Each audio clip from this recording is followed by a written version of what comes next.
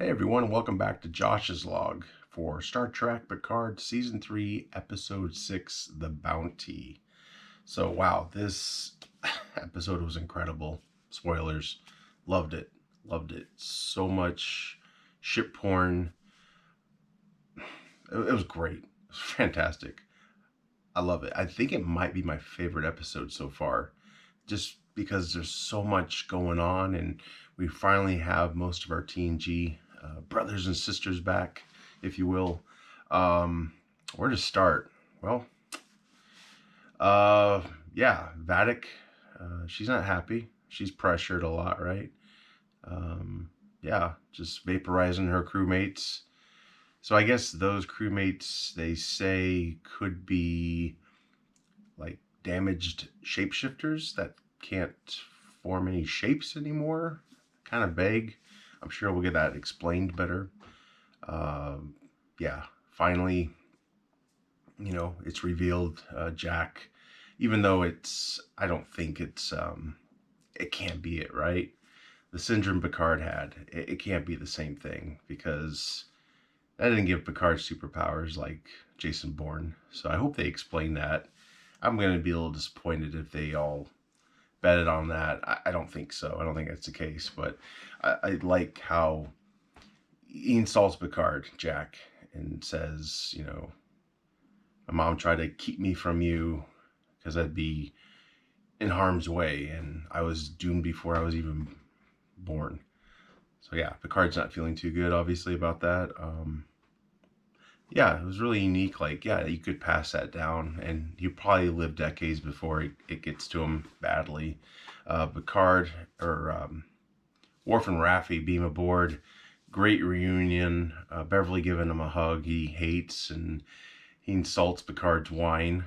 It's very tart. Riker giving him shit like he did before starting. Well, he did before that, but First Contact, nice little ship. Little. Just love it.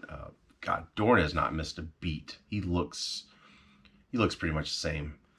And the other actors, I'm sure Jonathan Frakes definitely looks like he's lost some weight for this season, and he's looking pretty good. I gotta say, I love Raffi's jacket.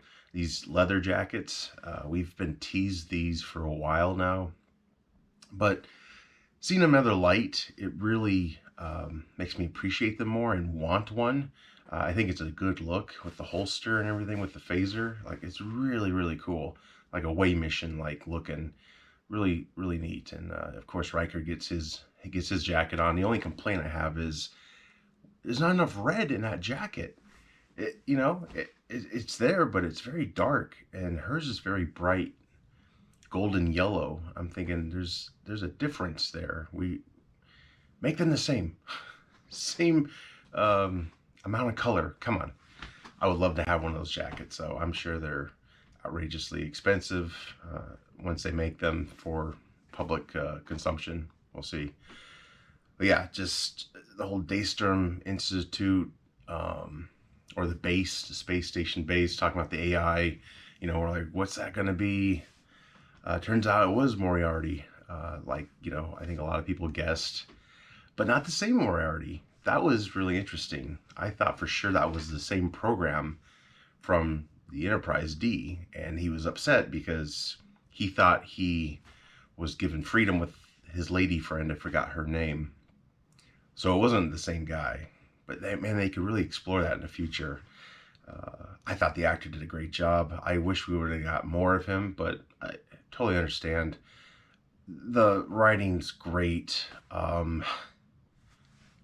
The notes being played. Yeah. Oh boy. Well, before we get there, I'm kind of trying to go in order here. All the Section 31 projects, the tech there, holy crap. Genesis 2? I was like, what? At first I thought it was Genesis, and I was like, wait a minute. Genesis was destroyed.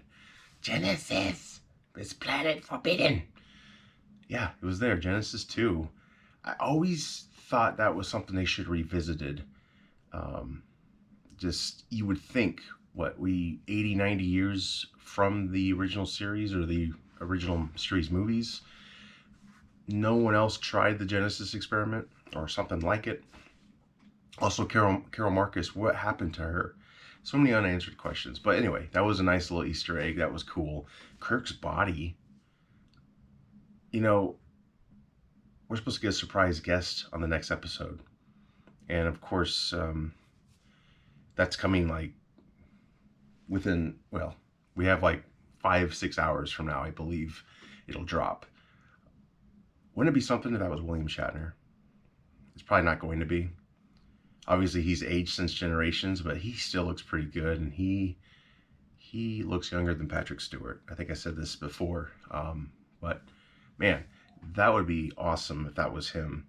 Because I know about a mystery guest because the Ready Room teased somebody and they blacked them out for the next episode. A lot of people think it might be Bashir because of the changelings and he was involved with all that. I don't know, or Garrett. I don't know. William Shatner, his return, and I'm not saying I have to do a big return, a lot with him, if you will. That would be, he's 92. And he even said recently, you know, his time's limited.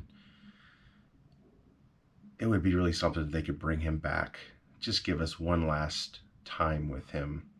Because I'm sure he regrets doing Generations, dying in that. And the writers, I think, regret killing him the way they did and just killing him in general. It's almost a character that should never die. You should never know if they died or how they died. That'd be something if they can bring him back. I don't know. You know, they're talented writers, more talented than what I could come up with. But anyway, they threw that nugget in there. The Tribble that can attack. It's got teeth. It's scary. There's so many other things in there. The crow, the holographic crow. Didn't understand that at first. Didn't remember that from Data. And then Riker putting it all together. And then the notes. And Riker putting the notes together. It was amazing. It was so freaking cool. That reveal. I mean, that almost makes me tear up just thinking about it. And the way they showed the flashback of Riker meeting Data for the first time when Data was trying to whistle Pop Goes the Weasel. We all know this. I'm just reiterating in case you need to catch up. Or maybe I need to catch up. You know, the TNG series wasn't filmed widescreen. Forgive me if I'm saying that wrong, but yeah, it wasn't a widescreen format. They were able to zoom in on it and make it widescreen, and it looked breathtakingly beautiful. It looked like a film. It looked so rich and preserved, and of course that was from the Blu-ray remastering. That scene was genius. It was genius. He finishes the note, Moriarty's like, "Thank you," or he says, "Magnificent." And he fades away, and then they go into the vault where the AI is, or the inventory is, the manifest. And Riker explaining to Worf how he knew that. And man, that reveal when they walk up and you don't see what they see yet, and then they show the rest of that clip with Data looking over at Riker in that episode, that old episode. Oh, and then the music. That was powerful stuff. That was beautiful. I get chills. I mean, it was just done so well. And then the reveal of this new android body that the latest Soon we got introduced to in season 1, who's dead already. What's up with these Soons? They die all the time of early age, or one ages forever, it seems, like 200 years. I'm probably not remembering that correctly, but I was like, another Soon has to die? Like, he looked fine. What happened? But I thought, I'm a tad disappointed, and I'll explain this, and maybe, and forgive me if you know this, whatever happened to Lore? I thought Lore was an open book still of like possibilities. So when they teased Spiner coming into this series, this season 3 that is, I thought that was going to be Lore. and just lore, and then maybe somehow, some way, they pull Lore's chip out and throw in Data's, something like that. I did not expect them to put Lore, Data, I believe Data's daughter, forgive me, I don't remember the name, and soon all those personalities, throw them into one android body, one golem like Picard. Of course, you got the eyes. It was incredible stuff. Good reveal. Spiner looks really good that way because of his age and everything. Just simple, slick back the hair, natural gray contacts, perfect. That's all you need. That's all you need. And so that was awesome. And then revealed that he was the Manifest. So they, grab him, beam him up, and we lose Riker. But I love Riker, grabbing his phaser and get our friend out of here.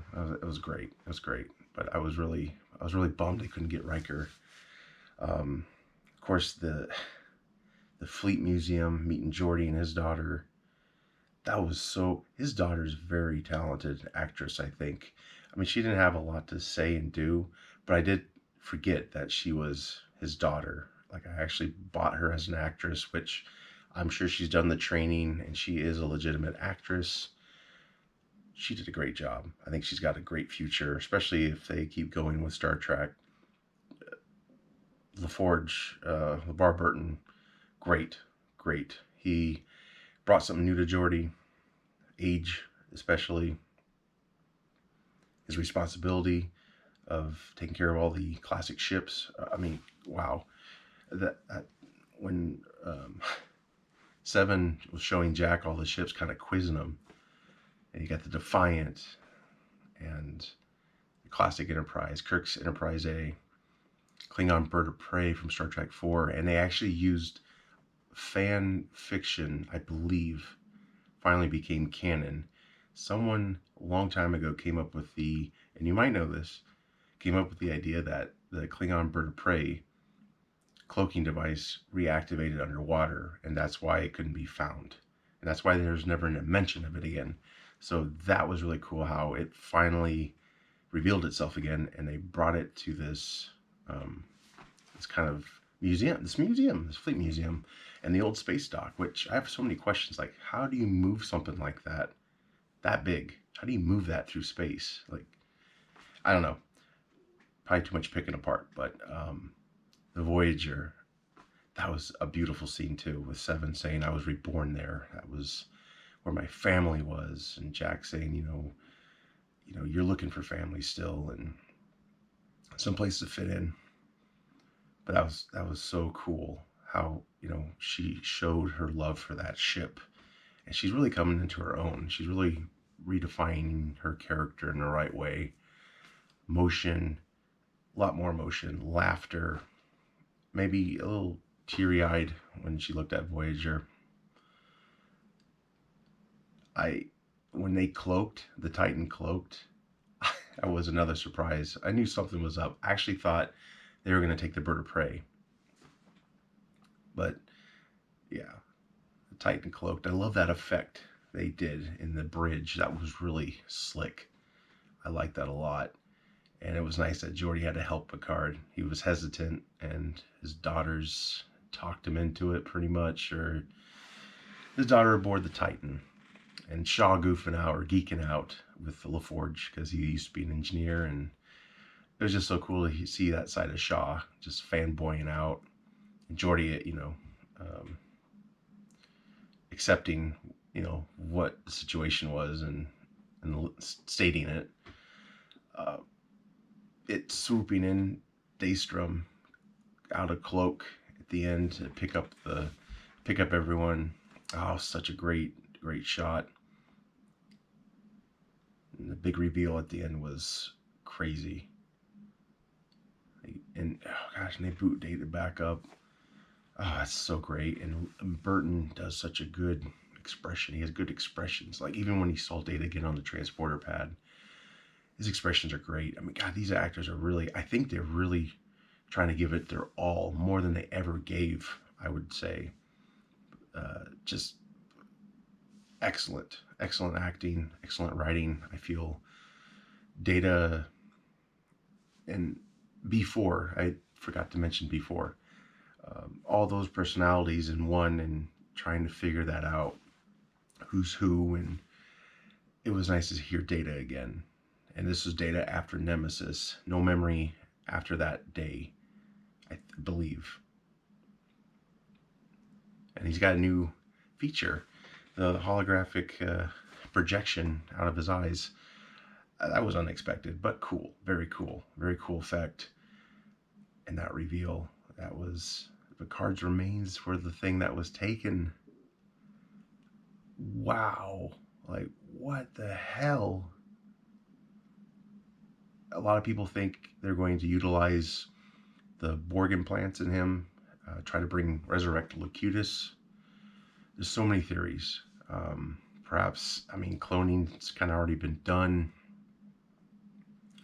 but they maybe could say this Jean-Luc's the imposter, the one that's alive is the imposter. This is the real Jean-Luc. Like, really have that debate. Like, you know, Jean-Luc is technically dead. You know, he's got a copy of that brain from the body into this machine. He is now. So it's a good debate there, like kind of like Man of Honor. I believe that was what the episode was called. Forgive me if I'm wrong, but Data's episode where he was challenged by Starfleet to, I guess, defend himself, to state if he's more than just a machine. Yeah, that's going to be really something crazy, the reveal on that. Yeah, episode overall was great. Riker just kind of having fun with the whole capturing act. Vadic, of course, revealed she is a changeling. I don't think that is Deanna, though. I think that's a changeling. I think a lot of people think that, too. Could be wrong, but I don't think she had enough time to go and get Troy. So it makes more sense if that's a changeling. And hopefully, if it is, Riker caught onto it, or catches onto it.